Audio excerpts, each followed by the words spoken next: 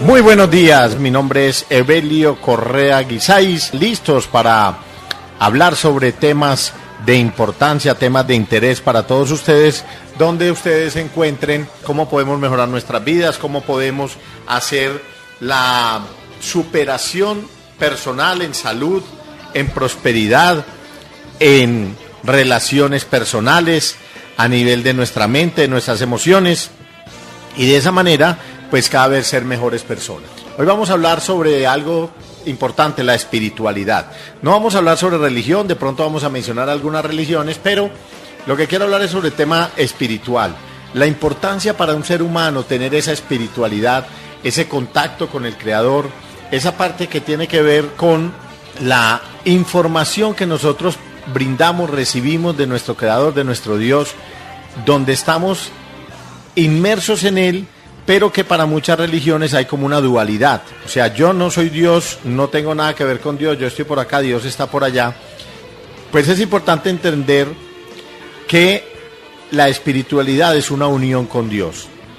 Mientras más ciencia estudio, mientras más física cuántica estudio, mientras más biología estudio, mientras más fitoterapia estudio, mientras más acupuntura, mientras más neurología, endocrinología, mientras más temas de medicina y de la vida estudio, más creo en Dios, porque a pesar de los Charles Darwin, recordemos Charles Darwin, pues nació por ahí en 1809 y en 1859, 100 años exacticos antes de que yo naciera, publicó lo de la evolución de las especies, su libro más famoso, aunque él tiene varios otros libros, pero la parte de sobre cómo las especies, el desarrollo, cómo se van evolucionando, cómo van creciendo, aunque él lo hizo de una manera, llamémoslo así, como no muy relacionado con Dios, sino solamente con la selección natural y con la lucha por la supervivencia de los animales, pero no podemos decir pues que simplemente se empezaron a unir unos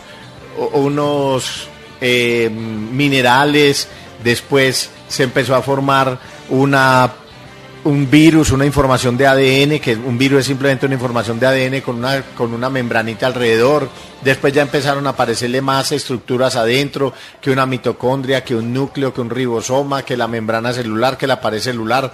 Después ya las células se fueron uniendo y formando órganos, que los órganos entonces ya formaron un ser.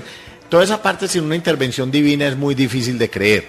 Lo que sí no podemos llegar pues es como hizo un sacerdote en el año 1500 y pico, 1600 y pico, que empezó a restar desde la Biblia y a sumar cuántos años vivió Adán, Eva, cuántos años vivió entonces que Caín. Abel vivió poquito porque Caín no lo dejó vivir más, que entonces ya empezó a coger que a Enoc, que no sé qué, a todos estos patriarcas, que a Moisés, que a David, Josué, y fue sumando años y dijo que la tierra fue creada el 3 de septiembre de hace 6,000 y pico de años. No podemos llegar a esos extremos tampoco, pues de todas maneras hay muchas metáforas en la Biblia, pero no nos podemos pues ir tampoco a ser tan creacionista, pues y que no, es que Dios creó los dinosaurios que tienen millones de años, entonces no, eso Él los creó hace 6,000 años ya con todo eso, con los fósiles, con todo, pues no, tampoco pues yo tampoco creo pues soy tan así. Yendo al Big Bang, el Big Bang, la teoría de la creación, hay dos teorías. Una acerca de la parte que tiene que ver con el Big Bang y otra la que tiene que ver con la creación, que ya pues Dios fue el que hizo la creación, llamémoslo así, y lo otro que proviene del Big Bang. Por allá pues había uno que se llamaba Aristágoras, que era un filósofo hace 300 años antes de Cristo, quien decía que todo estaba unido y que llegó el logos, o sea la inteligencia, la información, y como que hizo una explosión y se empezó a formar el universo. Esa es una descripción de hace 2300 años del Big Bang, que todo estaba junto y llegó Dios, o en ese caso el logos, como lo llamaba él, y creó hizo la creación, separó todo. Hay una cosa que se llama la partícula divina, o la partícula de Dios. Esa es una partícula que es más chiquitica que un átomo, lo que llamamos subatómico.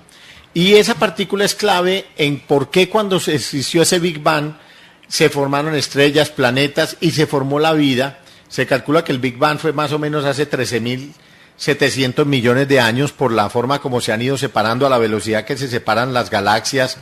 Entonces, porque hay muchas galaxias, nosotros vivimos en una que se llama la Vía Láctea, y vivimos por ahí en una puntica, en un bracito de la Vía Láctea, en uno de los soles más chiquitos y en uno de los planetas más chiquitos de la Vía Láctea, por ahí en un rincón, y durante muchos años, pues la Iglesia, hasta por ahí los años 1600, todavía querían crucificar a Galileo Galilei porque decía que la Tierra no era el centro del universo, que era imposible que todas las estrellas y el Sol y todos los planetas giraran alrededor de la Tierra, que la Tierra giraba era alrededor del Sol. Y eso se volvió pues un despelote, la cosa más horrible, porque la Biblia habla de que la Tierra es el centro del universo y que Dios paró el Sol una vez y todo esto. Entonces lo que había que parar era la Tierra, no el Sol, porque el que da vueltas es la Tierra, no el Sol. El Sol se mueve, pero respecto a la Tierra no se mueve prácticamente nada. Entonces ahí se habla de la partícula de Dios, esa partícula subatómica, donde unimos la ciencia con la espiritualidad, donde no podemos separar lo único del otro. Mientras más aprendo, más creo en Dios. Esa partícula de Dios es como la última pieza que falta ya en el modelo estándar pues de la formación básica del universo. Cómo se creó el universo, y entonces hay que ir a esa partícula más chiquita. Por allá hay unos que hablan de la teoría de cuerdas a nivel subatómico. Entonces se han ido encontrando todas las partículas que se decían, bueno, pero tiene que haber una partícula más pequeña. Se hablaba de 12 partículas, ya han encontrado 11. Y empezaron a buscar esa partícula, porque si no, no había una forma de decir, bueno, ¿y cómo se hace el universo? ¿Cómo se hizo el universo? ¿Cómo hay una forma de que el Big Bang haya creado el universo y que no hayan pasado dos cosas? O que por la ley de la gravedad, que eso pues desde Newton, pues desde 1500 y pico se sabe de la ley de la gravedad, las cosas tienden a atraerse, porque todo no se volvió a juntar. Todas las partículas no se volvieron a juntar una encima de otra, porque el Sol no atrae la Tierra, porque la Luna no es atraída por la Tierra, en fin, todo esto. Sí, ¿y por qué no quedó todo tan chiquitico que no se hubieran formado soles? Si la explosión fue demasiado grande y no se hubieran formado esas estructuras pues tan grandes. Entonces, que se lograran unir unas, pero que no quedaran todas unidas, en fin. Entonces, en el primer instante, cuando existió eso del Big Bang, se decía que el universo era como una sopa de partículas ahí, que empezaron a avanzar en todas las direcciones a la velocidad de la luz, pero no había como una masa, no era como una masa, sino solamente como una información, unas partículas. Y hay una cosa que se llama el campo de Higgs, que ellas interactuaron con ese campo y fueron consiguiendo la masa. ¿Qué es la masa? La masa es lo que nosotros tocamos, lo que tiene cada persona. Pero si vamos a la ecuación de Einstein, el famoso E es igual a mc2, energía es igual a masa por el cuadrado de la velocidad de la luz, todo es energía, porque vea, y a Einstein nadie le ha podido alegar eso, que E es igual a mc2, esa es la fórmula más famosa que ha existido, nadie le ha podido negar eso a Einstein.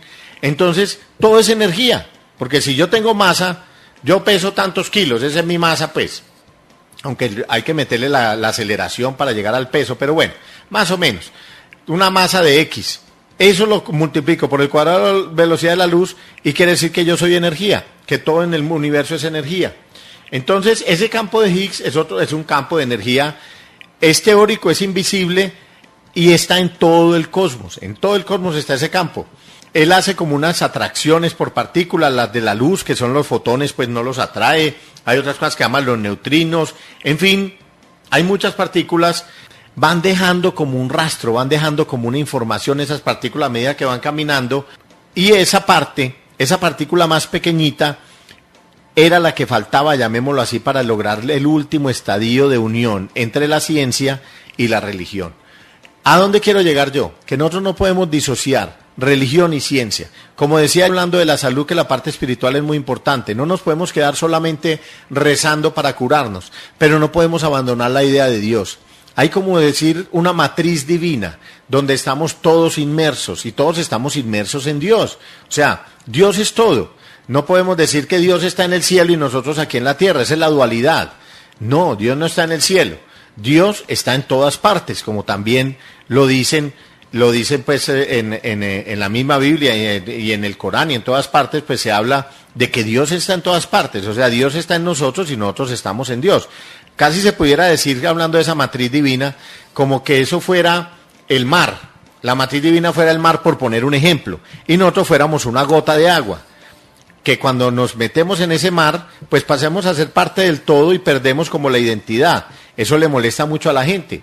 Por eso, cuando estamos hablando de esa unidad con Dios, pues mucha gente no le gusta porque le gusta tener como todos sus rasgos particulares y todo. Por ejemplo, en la psicología también, Carl Jung, el discípulo de Sigmund Freud, que fue el Sigmund Freud, llamémoslo así, el padre del psicoanálisis, uno de los psicólogos más famosos que ha existido, pues su discípulo Carl Jung habla del inconsciente universal, donde hay un inconsciente donde estamos todos involucrados. Como les decía yo ayer, el 95% del funcionamiento de nuestro cerebro es inconsciente. Ahí también, para mí, ahí también entra Dios. Entonces, dentro de todo, entra Dios. Lo que sí no hago yo es ponerme a pelear, como si no, el único camino para llegar a Dios es decirle Jehová. O el único camino para llegar a Dios es decir Jesús. O el único camino para llegar a Dios es decir Mahoma. El único camino para llegar a Dios es decir Yahvé. Por ejemplo, meternos en esos, o decir Júpiter, o decir Zeus, pues si estamos hablando de los griegos o de los romanos. Entonces, no nos podemos poner para mí, yo no me pongo a pelear respecto a eso. Yo hablo de espiritualidad, que es el tema que me encanta. El proceso es empezar a cultivar trabajando desde la juventud, metiéndole los valores espirituales, los valores morales. Por ahí un cuento de un peluquero que hablando con un señor y le dice el señor, no, es que Dios no existe, porque vea, yo no veo las obras de Dios en ninguna parte, yo no veo tanta matanza, tanto hambre, tanta miseria, tanta gente enferma, tanta cosa, y decir que Dios existe es una pendejada. Entonces el tipo termina de peluquearse y sale a la calle y ve a un hippie todo peludo y todo barbado, y entra donde el barbero y le dice, señor, los barberos no existen, vea. Este señor está todo peludo, todo barbado, los barberos no existen. Y el barbero le dijo, pero es que él no ha buscado al barbero. Él es el que no ha querido entrar acá. Entonces el señor le contesta, sí, así es, la gente no ha querido buscar a Dios. No es que Dios no existe, sino que la gente no lo busca. Entonces, esa parte espiritual en nuestra vida es muy importante. Repito, yo no les voy a hablar de religión porque ese no es mi trabajo. Yo no soy pastor, no soy cura, no soy rabino, no soy ninguna de estas profesiones, pero sí me gusta que la gente esté en buen contacto con Dios, con una moral alta, elevada, de valores, de principios, educar a nuestros hijos así, a través de una moral elevada y unos valores. Muchas veces le decimos a los hijos, no mientas. ¿Cómo está mintiendo? Eso está muy mal hecho. Y llama a fulanita, ve, tu mamá está, dile que no estoy, dile que no estoy.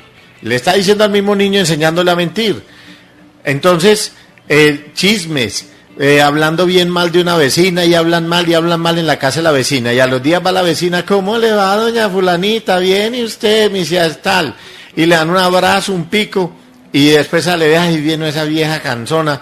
Y eso le estamos enseñando a nuestros hijos, esa doble moral, esa doble cara. Entonces hay que tener mucho cuidado con eso. A pensar en Dios, a creer en Dios, a amar a Dios. Feliz día. Que Dios los bendiga mucho, que los siga bendiciendo. Estoy seguro que todos saben que son bendecidos por Dios, porque siempre habrá una persona que no tenga lo que yo tengo, y obviamente siempre habrá alguien que tenga lo que yo no tengo. Pero no nos comparemos, amemos a Dios, amemos la vida, disfrutemos todo y vivamos con valores y principios, sean cristianos, sean judíos, sean lo que sea. Vivir es con principios, con valores, amar al ser humano, amarme a mí mismo, que es lo que predican todas las religiones y muy poquitos los hacen. Ámate a ti mismo y ama a los demás. Feliz día para todos ustedes y Dios los bendiga.